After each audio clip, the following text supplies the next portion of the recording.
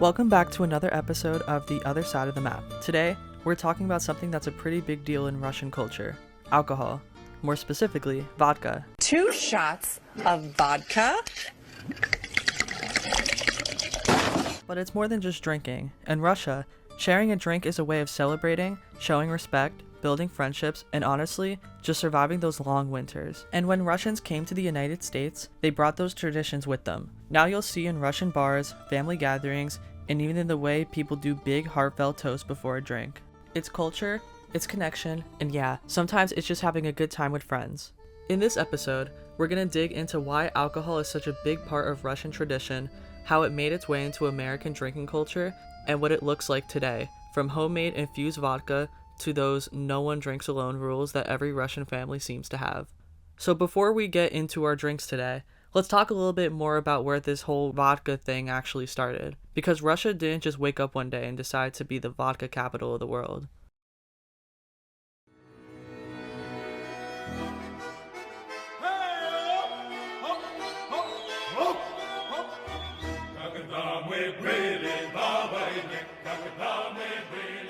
Vodka goes way back in Russian history. We're talking centuries. There are stories that a monk in Moscow was making an early version of vodka around the 1400s, and from there, it just became part of everyday life. Weddings, vodka. Birthdays, vodka. A random Tuesday in the winter when it's freezing and you haven't seen the sun in 3 months? Yeah, vodka. And the process itself is pretty cool. Traditionally, Russians made vodka from grains like wheat or rye.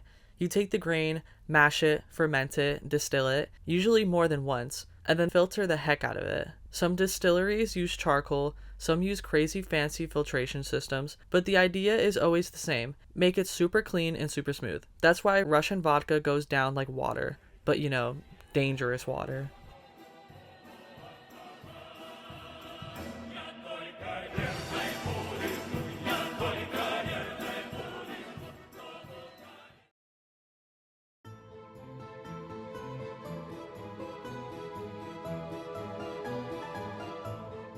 Now here's the part that surprises a lot of people. Even though Russia produces a ton of vodka, most of it never leaves their country. In the United States, actual Russian vodka is like a tiny slice of the market, less than a couple percent. So the funny thing is, the influence we see in America isn't really about the bottles showing up in stores, it's the culture that traveled here. When Russians came to the United States, they brought the whole vibe with them. The toasts, the group shots, the hey, nobody drinks alone here rule, the homemade flavored vodkas, all of it. And you see it in Russian restaurants and bars here, in immigrant gatherings, in how Russian families celebrate holidays as well. It's not just about getting buzzed, it's about connection, tradition, remembering home, and sharing a moment together. So yeah, today, when we raise a glass, we're not just sipping a drink, we're tasting a piece of history, a part of someone's culture that crossed oceans and somehow found a place here in the United States.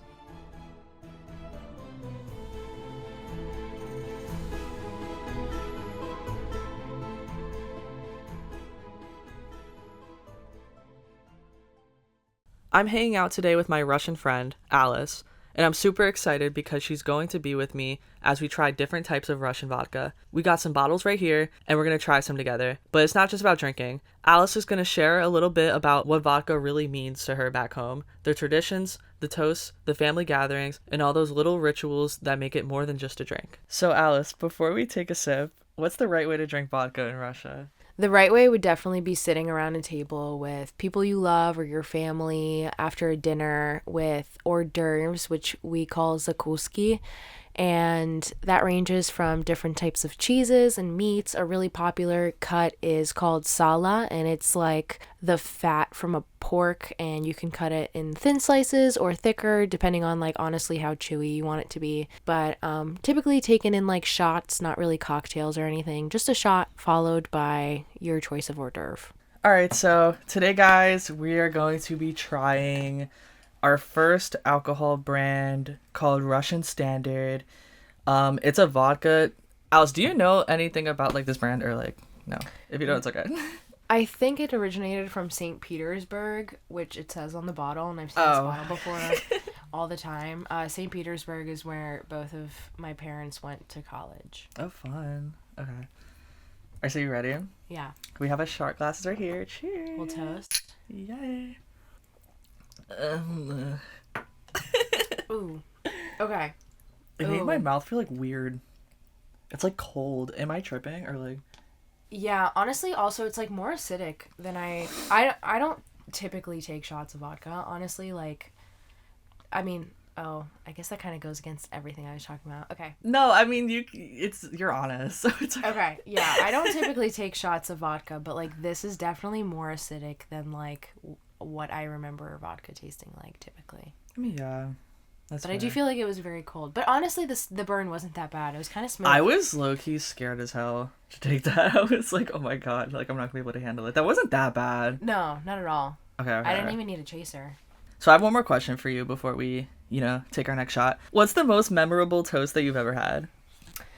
Definitely for my sister's 21st birthday, where her boyfriend at the time gave a toast celebrating her birthday and ended up actually proposing.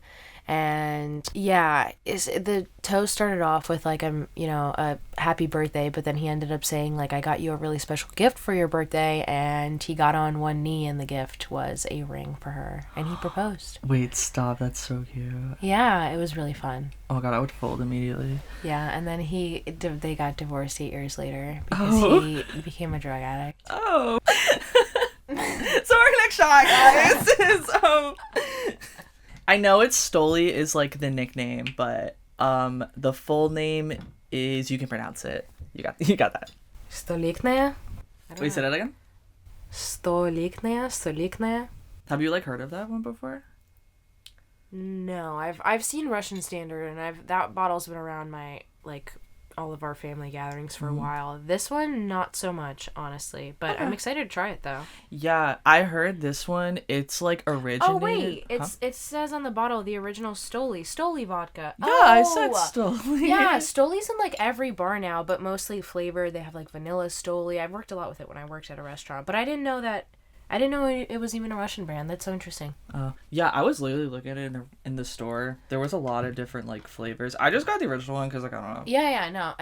Yeah. Okay. All right, so time to take this next shot. You ready? Yeah. Yay. Let's do it. Okay. Cheers. Ugh. Oh my god, that one's stronger. Yeah. I like that one less, which is so interesting because Stoli is so much more popular than Russian Standard. Like, Stoli is at every bar, and it's like the vanilla is the most popular. They use it in espresso martinis too. I feel like it's because like, I don't know if you realize, like literally like a lot of vodkas low-key have like that rubbing alcohol taste, like the popular ones. That's what kind of gave what it gave. This one didn't, honestly. I feel like this one was like more of like a cooling sensation, and that one was more of like a burning one. Like, that one did not feel as nice going down my throat. You think it's because it's like better quality, like the Russian Standard one? Maybe, honestly. I don't know because these are two different size bottles, so I don't really know what the price comparison would be, but honestly, I would probably bet on it. The Russian Standard was so much better in my opinion. Yeah, You agree? I think so too, definitely. Yeah. So after tasting both, which one do you think is like the winner? Definitely Russian Standard. It's yeah, not even for close. sure. Me too. Yeah. Also, one more question. Yeah. So what's one thing you wish people understood better about Russian drinking culture? That's a really great question.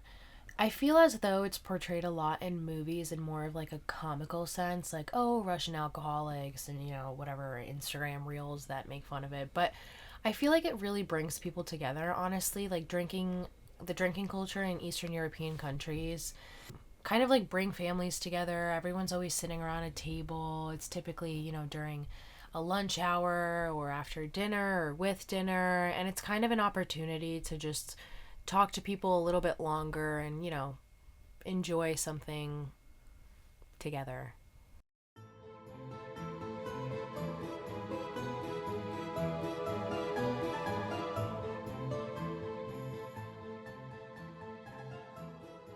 Thank you guys for joining us today.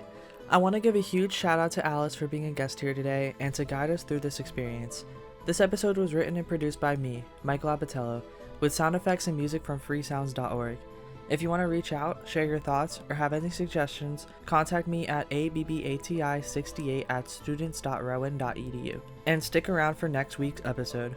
We will be heading somewhere totally different and diving into another culture's traditions, and next time, I promise it won't include me gagging from alcohol. Until next time, this has been The Other Side of the Map.